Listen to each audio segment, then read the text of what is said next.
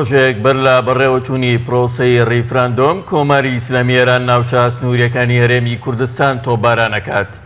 هاوکات هێزانامنیەکانی ئێران لە ناوچە سنووریەکانی کوردستان دەستیان بە مانۆڕی سەربازی کردو و چەند ناوچەیەکی سنووری حاجی ئۆمەرانیان لە نێوخاکی هەرێم تۆپباران کرد.